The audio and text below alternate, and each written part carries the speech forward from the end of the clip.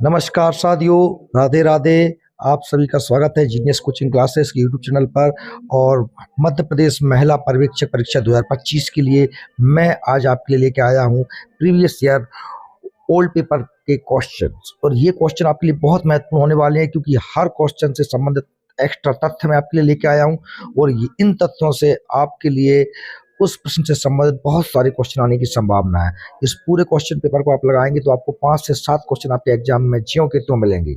चलिए, तो बिना देरी करे चलते हैं हम अपने पहले प्रश्न की ओर। और पहला प्रश्न आपके सामने है कि माता की वह आदत जो गर्भस्थ शिशु के लिए हानिकारक हो सकती है। तो पहला ऑप्शन है उपवास करना, बी धूम्रपान करना, सी उपरोक्त सभी, और डी कम कार्बोहाइड्रेट और प्रोटीन वाला आहार। तो आप देख पाएंगे कि ये सभी चीजें अनिवार्य हैं। अगर आप ये उपवास करते हैं तो बच्चे को पोषण नहीं मिलेगा, धूम्रपान बच्चे के लिए नुकसानदायक होगा। और अगर आपके भोजन में कम कार्बोहाइड्रेट और प्रोटीन है, अगर आप गर्भवती हैं, तो आप समझिए कि आपके बच्चे को उचित पोषण नहीं मिल पाएगा। इसलिए ये सभी हानिकारक है, इसलिए सही आंसर हो जाएगा उपरोक्त सभी, यानी कि डी। तो देखिए आप, इसका सही आंसर क्या है? सी उपवास रखना, धूम्रपान करना व कार्बोहाइड्रेट प्रोटीन वाला आहार, ये सभी चीजें आप प्रयोग करते हैं तो ये माता की वह आदतें हैं जो गर्भस्थ शिशु के लिए हानिकारक हो सकती हैं। गर्भस्थ महिला को साबुत अनाज खाद्य पदार्थ में गेहूं के आटे की चपाती और ब्राउन राइस, ओट्स, प्रोटीन से भरपूर खाद्य पदार्थ और फोलेट का प्रयोग करना चाहिए। आप याद रखना कि गर्भवती माता को 300 कैलोरी प्लस चाहिए होती हैं। और जो प्रोटीन की बात करें तो 15 ग्राम प्रोटीन एक्स्ट्रा चाहिए होता है गर्भवती माता को। तो गर्भवती माता और धात्री माता को अतिरिक्त आहार की आवश्यकता होती है, इसे आप याद रखेंगे। चलिए बात करते हैं हम अगले प्रश्न की। अगला प्रश्न है, इनमें से कौन भूख उद्दीप्त करने वाला हार्मोन है? भूख उद्दीप्त करने वाला मतलब भूख को पैदा करने वाला हार्मोन है। इसका सही आंसर आपके सामने क्या है? डी वाला लेप्टिन। देखिए, अन्य जो इसमें ऑप्शन दिए हैं, एक ऑप्शन ए में हेपेरिन दिया है, तो आप याद रखना कि हेपेरिन जो होता है, ये लीवर में बनता है, लीवर में। और लीवर में बनता है, और ये इसका काम क्या होता है? ये शरीर के अंदर शरीर के अंदर अंदर रक्त को जमने से रोकता है, रक्त को जमने से रोकता है, जमने नहीं देता है। ठीक है, इसलिए आप इसको याद रखेंगे। और जो इंसुलिन होता है, इसकी कमी से हमारे लिए रोग हो जाता है। इंसुलिन की कमी से कौन सा रोग हो जाता है? मधुमेह, मधुमेह रोग हो जाता है। ठीक है, तो आप ये भी याद रखेंगे। और ये जो लेप्टिन से भूख की कमी होती है। चलिए इसी के साथ हम देखते हैं अगला प्रश्न हमारा है तीसरे नंबर का, कि 1 किलोग्राम जल के तापमान में 1 डिग्री सेल्सियस की वृद्धि हेतु आवश्यक ऊष्मा की मात्रा को किस रूप में परिभाषित किया गया है? तो बिल्कुल आप देखिए, ऑप्शन ए में है आपका calorie, kilo calorie, option B में है किलोग्राम, ऑप्शन सी में किलो जूल, ऑप्शन डी में है जूल। तो आप लोग याद रखिएगा, मैं आपको एक चीज बताता हूँ कि देखिए, अगर हम जल के तापमान को, जो जल होता है उसके तापमान को 14 से 15 डिग्री सेल्सियस, 15 डिग्री सेल्सियस अगर कर रहे हैं, मतलब कितना बढ़ा रहे हैं? 14 से 15 कर रहे हैं, मतलब 1 डिग्री सेल्सियस में की वृद्धि कर रहे हैं। तो जैसे मान लीजिए आपने 1 ग्राम जल लिया है, और 1 ग्राम जल के तापमान को आप 1 डिग्री सेल्सियस तापमान बढ़ा रहे हैं, उसके लिए आपको ऊर्जा व्यय करनी होगी। मतलब गैस पे रख के गर्म करोगे तो गैस खर्च होगा, तो कितनी ऊष्मा खर्च करके 1 डिग्री सेल्सियस तापमान बढ़ा। अगर तो जितनी ऊर्जा खर्च हुई है उसे हम कहते हैं कैलोरी। अगर जल 1 ग्राम था तो कैलोरी, और जल की मात्रा यदि हमने 1 किलोग्राम कर दी तो 1 किलो कैलोरी। याद रखें, आप लोग याद रखें कि भाई जो कैलोरी मात्रक होता है ना, ये कैलोरी जो मात्रक है, कैलोरी, ये कैलोरी जो मात्रक है, ये ऊष्मा का व्यवहारिक मात्रक है ना, व्यवहारिक मात्रक है। जबकि एसआई मात्रक जो होता है, एसआई मात्रक होता है, वो होता है जूल। क्या होता है? जूल। तो आप ये दोनों चीज़ याद रखेंगे। तो ये क्या लिखा है कि 1 किलोग्राम जल के तापमान में 1 डिग्री सेल्सियस की वृद्धि हेतु आवश्यक ऊष्मा की मात्रा को किलो कैलोरी के रूप में परिभाषित किया गया। किलो कैलोरी भोजन के ऊर्जा मूल्य को व्यक्त करने के लिए उपयोग की जाने वाली एक इकाई है, यानी कि यूनिट है। ठीक है, चलिए अगला प्रश्न आप देखते हैं, आपकी स्क्रीन पर है क्वेश्चन नंबर 4 के आहार में खालिस्तान शामिल करके रक्त अल्पता यानी एनीमिया यानी खून की कमी की रोकथाम की जा सकती है। तो आयरन, विटामिन सी, और calcium, iron, phosphorus, chloride, chloride phosphorus. तो इसका सही आंसर क्या है? इसका सही आंसर ए है। ये क्यों है? देखिए, सबसे पहले आप इसमें से गलत आंसर को हटाइए। देखिए, लोहे की कमी से आप लोग ये समझिए कि लोहे की कमी से क्या होता है? खून की कमी होती है, क्योंकि लोहा जो होता है उसे हम कहते हैं हीमो। क्या कहते हैं? हीमो। और इसमें क्या होता है? ग्लोबिन। क्या होता है? ग्लोबिन। ग्लोबिन। हीमोग्लोबिन में ग्लोबिन एक प्रोटीन है। क्या है? प्रोटीन। और लोहा से बनता है हीम। और हीमोग्लोबिन से हमारी क्या बनती है? आरबीसी। क्या बनती है? आरबीसी। आरबीसी का निर्माण होता है। और अगर आरबीसी हमारे रक्त में पाई जाती हैं, यानी यदि लोहा कम होगा तो आरबीसी नहीं बनेगी। आरबीसी नहीं बनेगी तो आप में खून की कमी हो जाएगी। अब देखिए, फास्फोरस क्लोराइड का तो कोई मतलब है नहीं, इसलिए ये टी और सी तो बिल्कुल गलत हो गए। कैल्शियम और आयरन में कैल्शियम की कोई आवश्यकता नहीं होती खून निर्माण में। विटामिन सी और आयरन यानी लोहे की आवश्यकता होती है। इसके सही आंसर क्या हो जाएगा? सही आंसर हो जाएगा विटामिन सी और आयरन, यानी इसका आंसर है ए। आहार में आयरन एवं विटामिन सी का प्रयोग शामिल करके रक्त अल्पता एनीमिया की रोकथाम की जा सकती है। विटामिन सी के स्रोत ध्यान रख लेना, विटामिन सी कायम पाया जाता है खट्टे फलों में। कायम पाया जाता है खट्टे फलों में पाया जाता है। विटामिन सी खट्टे फलों में पाया जाता है, इसको आप याद रखेंगे। तो सबसे ज्यादा विटामिन सी पाया जाता है आंवला में। कायम पाया जाता है आंवला में। आंवला में सबसे ज्यादा मात्रा होती है विटामिन सी की। ठीक, चलिए देखते हैं अगला प्रश्न क्या है। क्वेश्चन नंबर 5, श्रवण शक्ति की ह्रास, दृष्टि क्षमता और समन्वय की कमी आमतौर पर देखने को मिलती है। तो भाई मतलब श्रवण शक्ति की कमी है, दृष्टि क्षमता आंखों में देखने की कमी हो गई, समन्वय की कमी मतलब एडजस्टमेंट नहीं कर पा रहे हैं, क्या देखा समझ नहीं पा रहे हैं, ये किन में देखने को मिलती है? तो आप देखिए, किशोरों में किस्मत होती नहीं है, गर्भवती महिलाओं में इसी में कोई समस्या नहीं होती है, बुजुर्ग वृद्ध आयु में तो बिल्कुल स्वाभाविक सी बात है कि जैसे जैसे बुढ़ापा आएगा भाई तो आपकी देखने की शक्ति भी कम हो जाएगी, सुनने की शक्ति भी कम हो जाएगी, क्या देखा लोगों को पहचान भी नहीं पाएंगे सही तरीके से। तो श्रवण शक्ति का ह्रास, दृष्टि क्षीणता और समन्वय की कमी आमतौर पर बुजुर्ग वृद्ध आयु में देखने को मिलती है, इसलिए सही आंसर क्या हो जाएगा? सी। चलिए अगला प्रश्न देखते हैं। क्वेश्चन नंबर 6 है, एक समय अवधि में आधारीय चपाचय के लिए प्रयुक्त ऊर्जा की मात्रा को क्या कहते हैं? अब एक बात यहाँ समझ लीजिए, चपाचय का मतलब होता है क्या भैया? चपाचय का मतलब होता है मेटाबॉलिज्म। क्या होता है? देखो, चपाचय को इंग्लिश में क्या कहते हैं? मेटाबॉलिज्म। लिखा है मेटाबॉलिज्म। अब आप समझिए कि मेटाबॉलिज्म होता क्या है।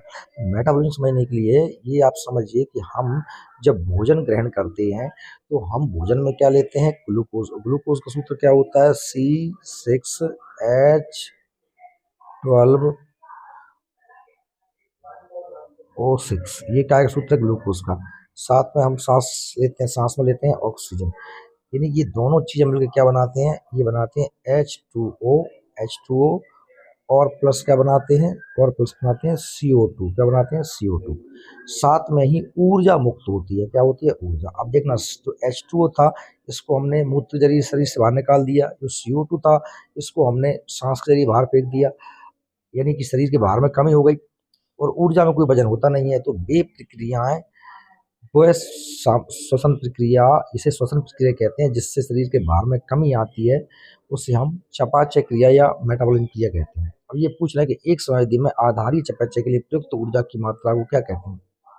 तो आप समझिए, आधारी मतलब कम से कम इतनी जिससे कि हमारे, जब आप बिल्कुल रेस्ट कर रहे हैं, आप कोई काम नहीं कर रहे हैं, तो आपकी कम से कम हृदय, फेफड़े, किडनी, देखो आदि चलाने के लिए आपको जो ऊर्जा चाहिए उसे आधारी ऊर्जा कहते हैं।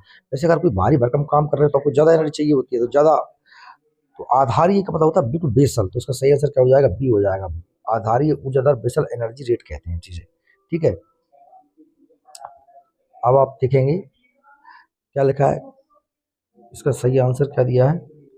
बेसल मेटाबॉलिज्म रेट, सॉरी मैंने एनर्जी रेट बोल दिया था, ये गलत है। इसका सही आंसर ए है। सही आंसर क्या है इसका? ए। एक समयावधि में आधारी चयापचय के लिए प्रयुक्त ऊर्जा की मात्रा को आधारी चयापचय दर, बेसल मेटाबॉलिज्म रेट कहते हैं। बेसल मेटाबॉलिज्म रेट वह कैलोरी होती है जिसे शरीर आराम के समय प्रयुक्त करता है, जब आप सो रहे होते हैं। यह एक तरह की ऊर्जा होती है जिसका उपयोग शरीर सभी अंगों को चलाने के लिए करता है। तो भाई जैसे मैं कह रहा हूँ कि आपका जो हृदय है ना, आपका हृदय है, आपका लीवर है, आपकी किडनी है, ये सभी लोग को सभी को काम करने के लिए चाहिए एनर्जी। भले आप सो रहे हैं, कम से कम ये तो चलेंगे, मस्तिष्क है ना। तो इन सब के लिए जो आवश्यक ऊर्जा होती है उसे ही हम कहते हैं क्या, बेसल मेटाबॉलिक रेट। ठीक, चलिए तो अब बात करते हैं अगले प्रश्न की। क्वेश्चन नंबर 7 है। क्वेश्चन है कि हाइपो एल्बुमिनिया, हाइपोकैलिमिया और फैटी लीवर अधिकांशतः रोग से पीड़ित लोगों में देखने को मिलते हैं। देखिए, जिस बच्चे को क्वार्सियोकर बीमारी हो जाती है ना, उस व्यक्ति में फैटी लीवर या हाइपोकैलिमिया या हाइपोएलुमिनिया ये बीमारियां देखने को मिलती हैं। ठीक है, इलेक्ट्रोल संतुलन नहीं होता, विषाणुजन्य यकृत शोथ, वायरल ये भी नहीं होता, मैरास्मस ये भी प्रोटीन कमी से होती है। क्योंकि ये दोनों रोग ए और डी यानी कि क्वार्सियोकर और मैरास्मस वास्तव में प्रोटीन की कमी से होने वाले रोग हैं। काय कमी से? प्रोटीन कमी से। चलिए ठीक है, अगला प्रश्न हम देखते हैं।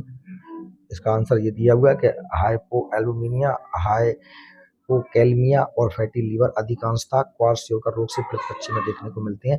बच्चों में प्रोटीन की कमी से कौन सी रोग हो जाते हैं भैया? क्वार्सियोकर और मरासमस। तो उसको आप लोग याद रखेंगे। ठीक, चलिए अगला प्रश्न देखते हैं।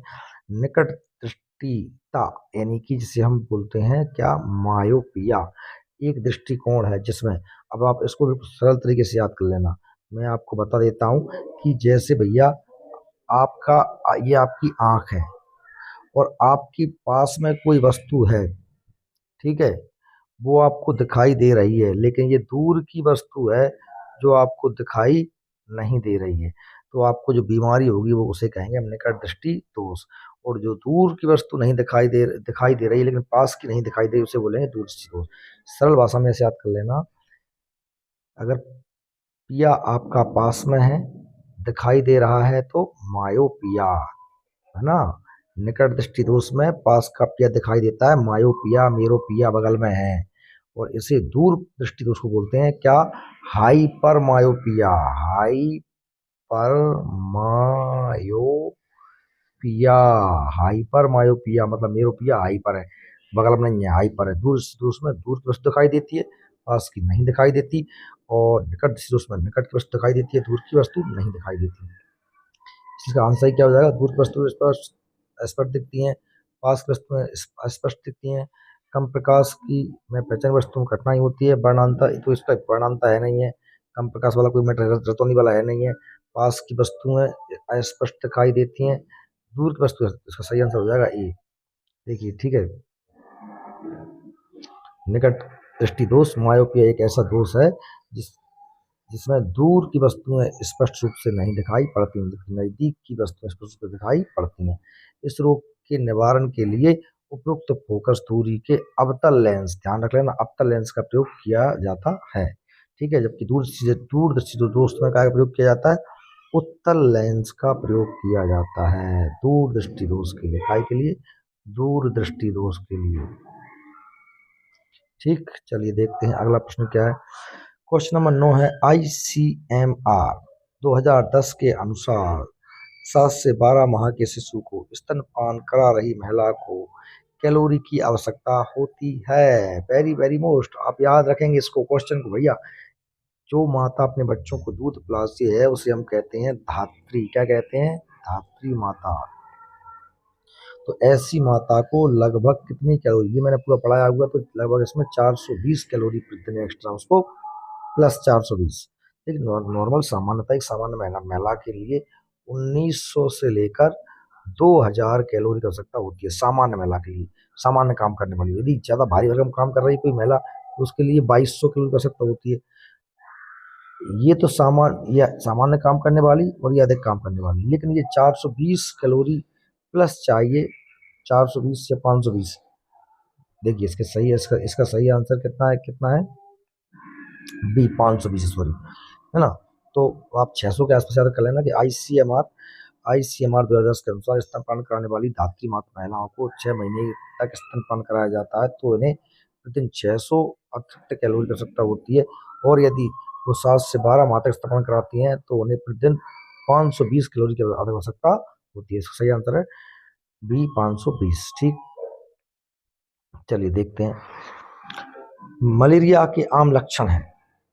मलेरिया में आम लक्षण आप सभी लोग जानते हैं कि भाई तेज कपकपी और बुखार आना, या अत्यधिक पसीना और सिर दर्द होना, उबकाई, उल्टियां, रक्त अल्पता, तो ये सभी हो सकते हैं। इसलिए इसका सही आंसर हुआ क्या? इसका सही आंसर हो जाएगा हमारा डी, सभी आता है। तो अब एक मलेरिया के संबंध में आप याद रखेंगे कि मलेरिया कैसे होता है, ये प्रोटोजोआ से होता है। इसमें प्रभावित होने वाला अंग तिल्ली और आरबीसी है। और आप जानते हैं मलेरिया मादा एनाफ्लीज मच्छर के काटने से होता है।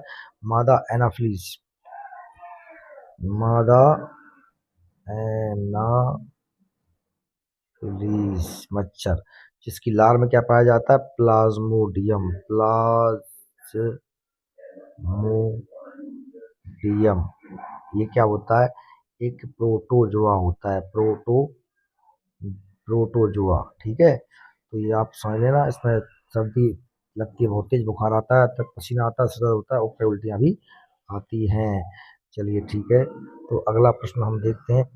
गर्भस्थ शिशु की वृद्धि को नियंत्रित करने वाले हार्मोन के उत्पादन का मुख्य स्थल कौन सा है? तो भैया गर्भस्थ शिशु को जो वृद्धि को कंट्रोल करने वाले हार्मोन कहाँ पैदा होते हैं? तो गर्भाशय में, स्तन में, फैलोपियन नलिका में, या गर्भनाल प्लेसेंटा में। तो इसका सही आंसर कमेंट करके बताइए आप लोग। तो इसका सही आंसर है डी, प्लेसेंटा। देखिए अब आप समझिए प्लेसेंटा क्या होता है। प्लेसेंटा ये है, इसी से क्या जुड़ा हुआ है? बच्चे की गर्भनाल जुड़ी हुई है, ये नाल जुड़ी हुई है। प्लेसेंटा के माध्यम से ही बच्चे को पोषण प्राप्त होता है। बच्चा एक पॉलीथीन में बंद रहता है, आपको दिख रहा है एक पॉलीथीन जिसमें लिक्विड पदार्थ भरा रहता है, और ये प्लेसेंटा के माध्यम से बच्चा भोजन प्राप्त करता है, और इसको हार्मोन्स जो सारे मटेरियल इसी से मिलता है। तो गर्भस्थ शिशु की वृद्धि को करने वाले कई हार्मोनों के उत्पादन का मुख्य स्थल गर्भनाल प्लेसेंटा कहलाता है। प्लेसेंटा अंग को गर्भाशय कोशिकीय परत के संपर्क क्षेत्र को कहते हैं। ठीक है, तो याद रखना आप।